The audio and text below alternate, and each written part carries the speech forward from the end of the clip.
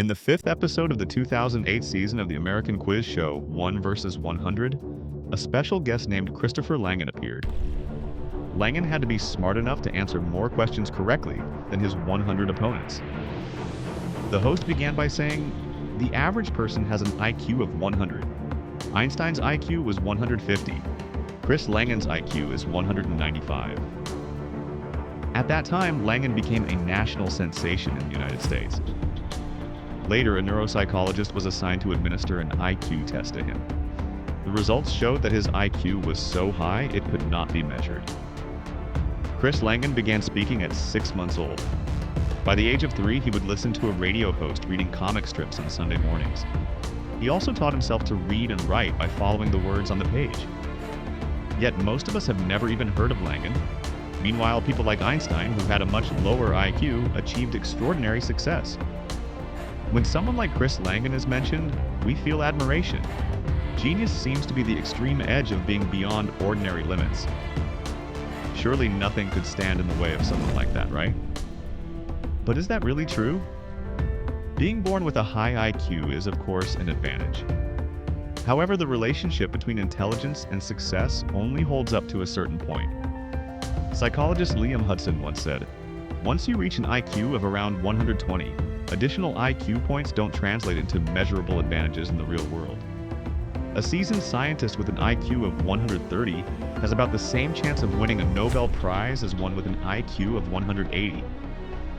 Malcolm Gladwell's book Outliers explores the reasons behind the success of extraordinary people like Bill Gates and Steve Jobs, based on years of research.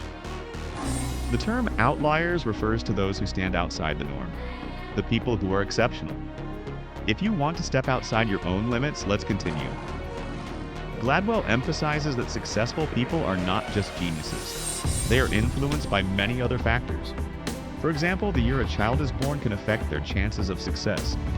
Similarly, a child's family background and economic status can influence their access to educational opportunities. Successful people are not necessarily more talented or intelligent than others. So, what sets them apart? How much practice does it take to truly master something? According to Gladwell, the magic number is 10,000 hours, roughly 1 year and 3 months of deliberate practice. This rule is based on a 1963 study by psychologist Anders Ericsson. Gladwell argued that most highly successful people reach their achievements because they practiced that much, and not just because they were gifted.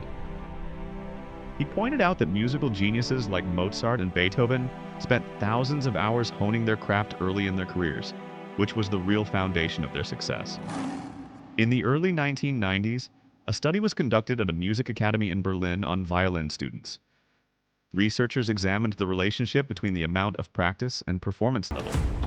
The results showed that the number of hours spent practicing was the single most important factor influencing achievement. It was found that world-class soloists had practiced for 10,000 hours or more. Those who practiced 8,000 hours became good musicians. 4,000-hour students were average, and the least practicing ones rarely made careers in music. The conclusion was clear. The students who practiced the most became the most talented and successful musicians. Gladwell also explained that the 10,000-hour rule applies not only to music or the arts, but also to science, business, and sports. From composers to basketball players, from writers to pianists, the same pattern appears again and again. Reaching mastery in any field in less time is extremely rare. For example, someone aspiring to become a top-level football player must also train for thousands of hours. Of course, success is also influenced by other factors: family background, education, health, and genetics. But the impact of 10,000 hours of deliberate practice is undeniably powerful. As an old Chinese proverb says, no one who rises before the sun for 360 days a year has ever failed to make his family wealthy. Completing 10,000 hours is not easy, but it's far more achievable than being born a natural prodigy. Success is valuable precisely because it is difficult. That's why not everyone attains it. So expecting it to be easy makes no sense. What we should focus on is how we overcome that difficulty.